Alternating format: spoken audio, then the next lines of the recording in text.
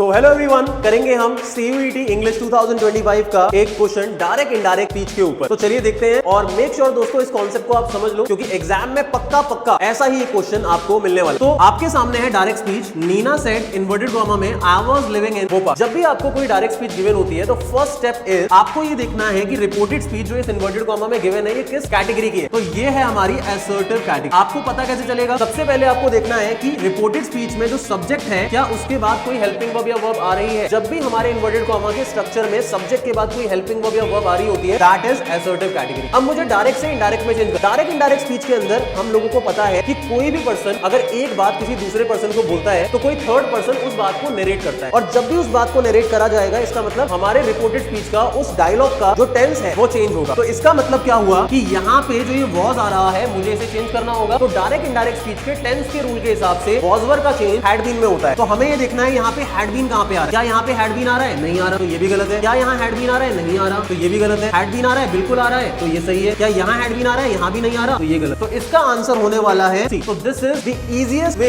To find out की correct answer क्या है। आपको सबसे पहले देखना होगा क्या ये असर्टिव है। असर्टिव में कौन सी हेल्पिंग वर्ब आ रही है, कौन सी वर्ब आ रही है, और वो टेंस के हिसाब से किसके अंदर चेंज होगी। अगर आपको ये पता चल जाए उसके बाद आप इसे आसानी से सॉल्व कर सकते हो। बट मान लेते हैं अगर डी ऑप्शन या बी ऑप्शन के अंदर भी हैड बीन आ रहा होता तो क्या होता? तो दो को एलिमिनेट करने के बाद आप कोई दूसरी चीज के चेंज को देख सकते हो। जैसे एग्जांपल के लिए ये सेड हमारी रिपोर्टेड वर्ब है। रिपोर्टेड वर्ब के साथ अगर कोई ऑब्जेक्ट नहीं आता तो वो सेम रहता है, जैसे सेड का चेंज सेड में होगा। पर एग्जांपल के लिए यहाँ लिखा होता नीना सेड टू मी, तो यहाँ पे हम सेड का चेंज करते टोल्ड में। अगर आप लोग डायरेक्ट इनडायरेक्ट स्पीच के सारे रूल्स जानना चाहते हैं कि टेंस को कैसे चेंज करेंगे, सर रिपोर्टेड वर्ब को कैसे चेंज करेंगे, सर प्रोनाउन को कैसे चेंज करेंगे, इस पे आप एक सेपरेट वीडियो लेके आओ, तो मेक श्योर आप कमेंट सेक्शन में मुझे मेंशन जरूर करें। तब तक के लिए दोस्तों लाइक शेयर एंड